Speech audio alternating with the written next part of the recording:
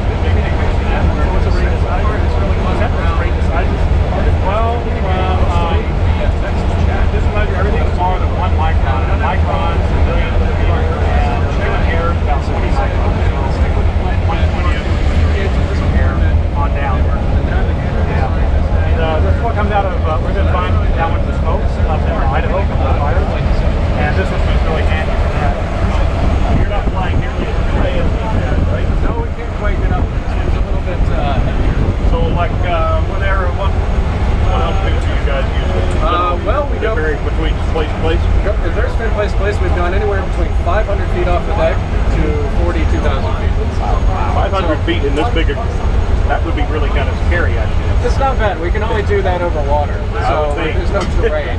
Yeah. And you can only do it when there's no clouds, so the pilots can see. But it's cool.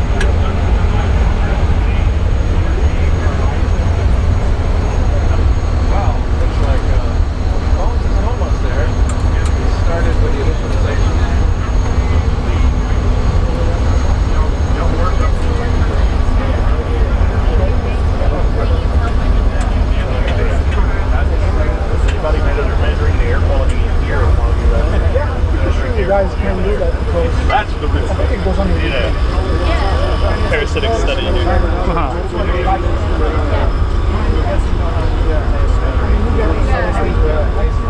I think, you know, for whatever didn't work out.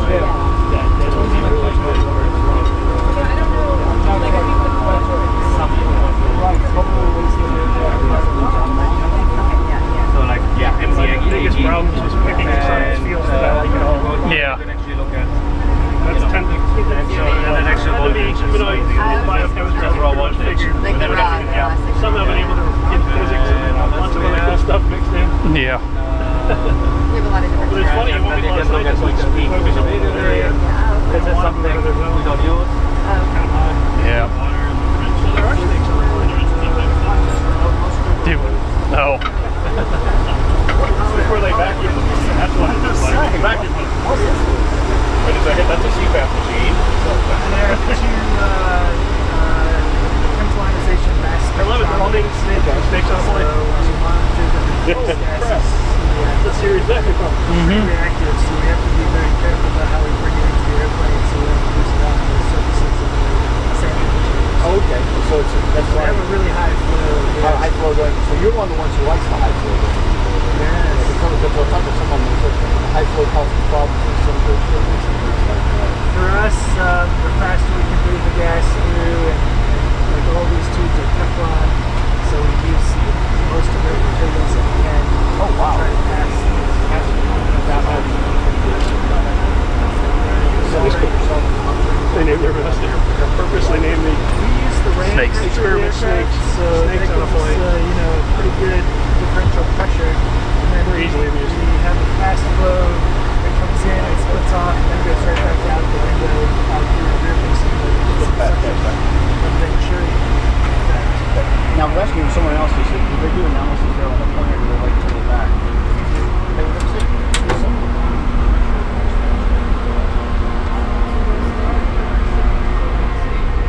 First class. Yeah. How's it going, Joey? Well, check out this instrument. Are you interviewing or are you just walking around? Just walking through. Okay. Well, this is cool. What's a badass unit anyway? What is it? What is it? This is Nathan, John. Yeah, Nathan. Good to meet you, John. How does he have a Seeker's t-shirt? I know, that's how I met him. Oh, we made that. Oh, did you? Yeah. It's a Lidar. So it's a laser remote sensing instrument that does ranging. And we measure various things. One of the things that we measure is ozone profiles. So we can basically profile the ozone distribution above and below the aircraft. Yeah. Okay. So we have a telescope looking up and one looking down.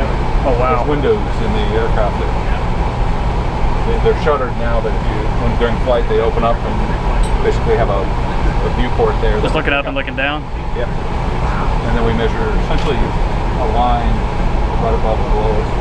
We also measure distributions of aerosols, so we can get their optical properties, like the backscatter, and extinction, and depolarization. Try to determine something about the particles. And it all comes out looking like that, pretty much. Yeah, that's a flight that we did the other day that went to map out the smoke that was coming from Idaho? Northwest. Yeah, Idaho Okay. in particular. I remember. And those warmer colors that you see on the bottom kind of give you an idea of what the loading is. That's an altitude in the y-axis. Yeah. Time as we're flying along, we just plot this out so we can see the layers above and below us real time. So we can make decisions on where we might want to go sample next. Wow. You know, we have a lot of instruments on here that measure a lot of different things, chemistry and properties of the aerosols in situ wise, but they can only do that at one altitude. So we want to optimize where we get those guys. So we want to make sure that we don't miss stuff, and we also want to make sure we get it the right place. And it's not just right above or below us. Right. But that was a lot of stuff. You could have looked out the window and seen that. It worked. So you can see up Yeah. and down? This is just a cover here. But Oh, okay. then the windows up in this guy. You shoot up and down, or? Yeah, both ways. Yeah. So the that's going from ground to 15 kilometers, and we're right in the middle there where the gap is. There's a little gap near us. And a laser? Lasers, there's a lot of them, but it's most of them are neodymium YAG lasers, because they also convert to different wavelengths. And then we have 2 dye lasers that we use also. Tunable dial? Yeah, tunable dye lasers. So this your baby right here? Yeah. This is not my baby. His baby. This is your baby, okay. Yeah. So what is this? Very cool. This is a Oh, LiDAR. this is LiDAR. This Yeah. is LiDAR. Okay. Yeah. Non-fighting. Yeah. So this is an ozone dial and aerosol LiDAR, so we measure ozone profiles and also aerosol optical properties as well. So we're looking at the distribution and scattering properties of aerosols. So you're picking this straight up out there, coming through, I guess. Yeah. So our actual laser beams come up these tubes here. So they all come out of this box all together, and there's 4 of them that go right out here. Okay. And we kind of transmit along the side, and then we receive here. Okay. So then basically what you do is then it does what It goes out, creates a diffusion or a light diffusion. actually scattering. Scattering, okay. And it'll scatter in a lot of different directions. We actually get to see the stuff that comes directly back on our telescopes here. Okay. So the light that goes out will scatter. If it scatters back to us, we can then collect it and receive it. And then from that scattering, we look at, you actually can look at, for the ozone, we look at the absorption. So we send out 2 wavelengths, and the amount that they absorb differently over 2 ranges, they'll have different scattering than at that second range compared to first range with 2 wavelengths. So we're looking at scattering, but we deduce absorption. Okay. And once we know the absorption, we can relate that to the density. Are you doing that calibration inside the box? You check that data off and then do it offline or whatever? Well, we plot it real time. Okay. So those are like, that's what we see during flight. Yeah. So ozone would be on the top. We of course get real-time data that's just really for us to use to understand what we're seeing real time. We process it all and then archive it later. We go through the QA. Well, I figured some of them are taking some analysis full time. You gonna take just to make sure they're calibrated. Yeah. They're taking these off. You need something? I'm gonna grab it off and walk back through. Yeah, go ahead, I'll watch I it. couldn't move it. Go through it. Yeah, I'll watch it. They understand all the we're measuring a lot of parameters of the system as well. Another question, when you guys are kind of putting this all together and kind of gathering it together, do you, amongst the various experiments, do kind of I hate to say a calibration to make sure you're seeing the same, you're not seeing the same results, but you're still going from You want to know if the measurements are accurate? consistency. Yeah. So like this guy, Yeah. they measure something that we can compare. Place to stand. Yeah, that's why we're here. We can compare to their instrument in certain instances, and Right. we'll do that. Matter of fact, he's writing a paper and just submitted it already on previous campaigns we did. So, yes, that's always a big deal. Then, like the ozone, we can compare with we have an in-situ measurement of ozone that measures it right at the aircraft. If we were to do a spiral and we flew over it, we can go in and compare. You have to be careful with all those comparisons because things change. We measure it one time, they measure it another time. Well, that's the other thing. There are times So you have to look at it more than once. Exactly. And what you're also, I'm assuming, worried about too is that if there is a variance or something like that you don't accidentally kind of wander through the variance. Yeah, there could be atmospheric variances, or it could be instrumentation. You have to have precision. We look at all that scientifically. Now, another interesting thing is you were talking about you guys have a lot of what I call correlation between the two of you. Does that factor into whenever you guys are putting together missions like this, what goes on the mission? Definitely you two are actually be together. NASA like this mission, they compete. We all compete. Well, yeah, he was talking to the guy there to go with the Medusa is what we were calling it. The one that's got tons of tubes coming off of it. Oh, that's large, yeah. From Caltech. Oh, Caltech right up here, yeah. Yeah, and that's what he was saying is that they submit a proposal. Yeah, so NASA basically, through the community, somebody will write a paper or a white paper to say, hey, we need to be looking at this, and this is an important feature against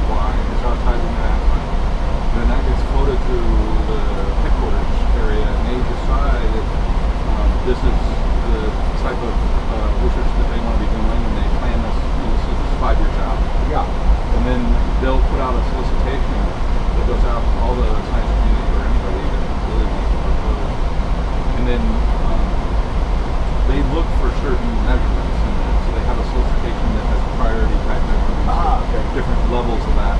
And then people will respond with their instrumentation, and usually in something like this, they're going to look for proven technology. Yeah. Because unless they're really wanting to look at some new technologies for a particular aspect of that mission, This is limited space, limited time, limited dollars. no, they're not going to take something just that somebody says they can do. It has to be kind of You said limited dollars is an important point, and this instrument helps us guide to the right place at the right point. Oh, this is not really, only does it provide us good data for science after the flight, but for also the flight itself. in the flight itself. It helps pilots and mission scientists to direct all of us to the right places. So we're seeing that, everybody on the aircraft seeing that image.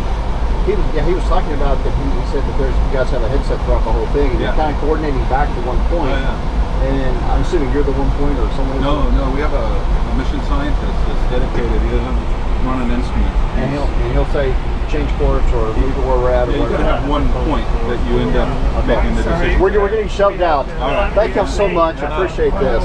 Hey, thank you so much. Very nice Appreciate to it so meet much. Appreciate it, guys. John, Any other Joey, secret I'll take care.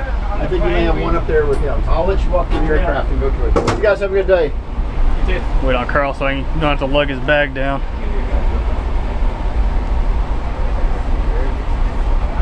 You guys staying? Yeah. I really like your instrument. Yeah, thank you. We actually, these guys were hard. Tony and Caroline. We gotta go forward. Oh, We're fueling up. Oh, you shut the door? Yeah. We're locked in. We got a flight open now. Now we're actually producing some. We can go out the front, it's okay. Oh, was the front open? Should be. That we weren't able to do in If we have to fly, that's okay. this is That's a flight model, right? Tell my wife I'll be late for dinner. Yeah, your traffic is going to suck. No, there's no nice way to describe that. Do what? Your traffic's going to suck.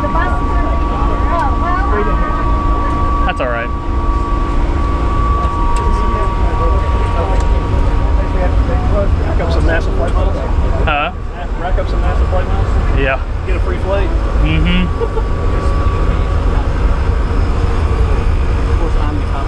My NASA visa. Plan is an initial suggestion.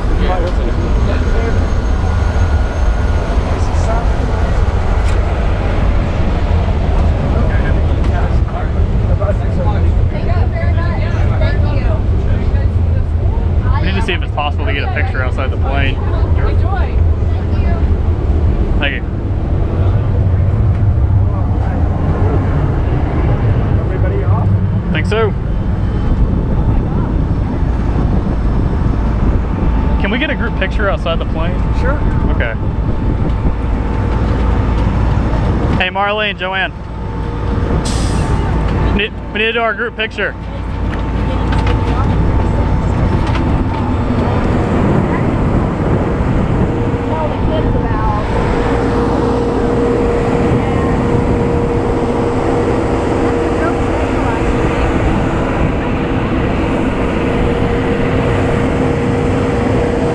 Can we do it like right here?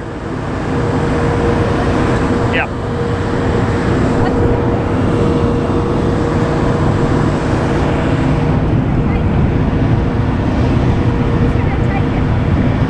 Whose camera wants to get it? I've got my phone camera.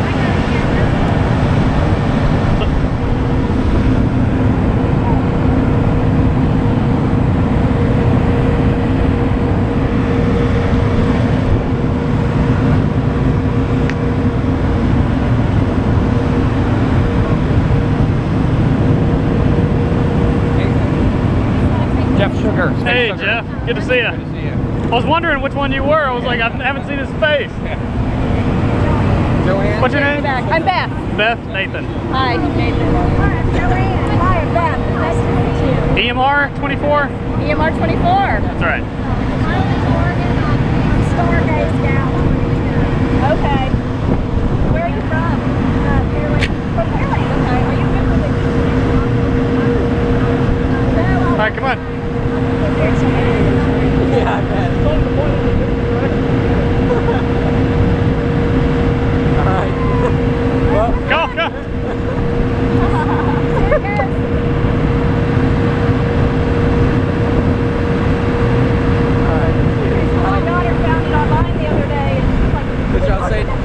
take one of me? Yeah.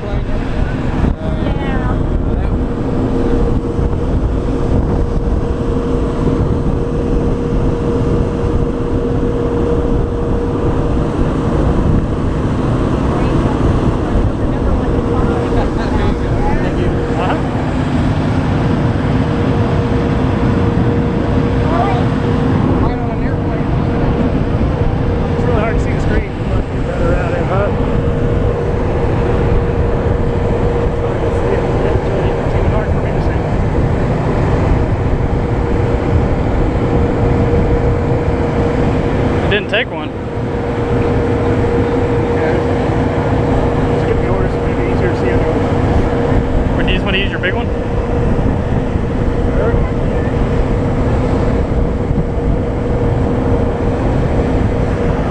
Try this one. A little more straightforward. Just tap it and focus. Do the rules in the center.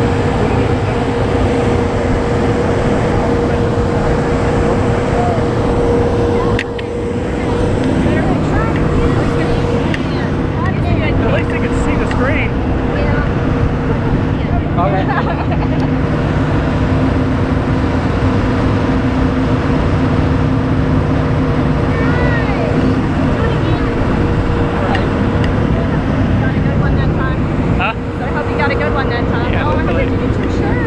Oh, we have these made.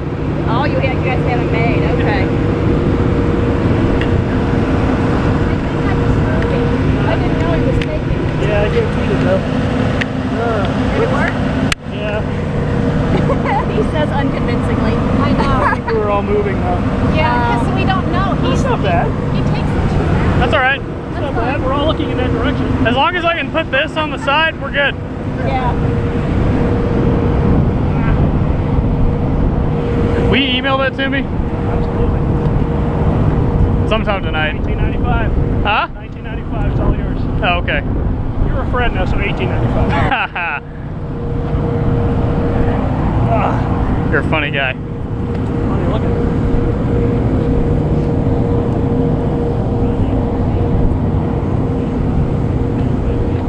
Pretty cool. They got a lot of cool stuff on that.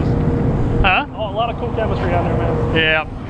They're actually doing chemistry on the plane. That's what's awesome. Yep.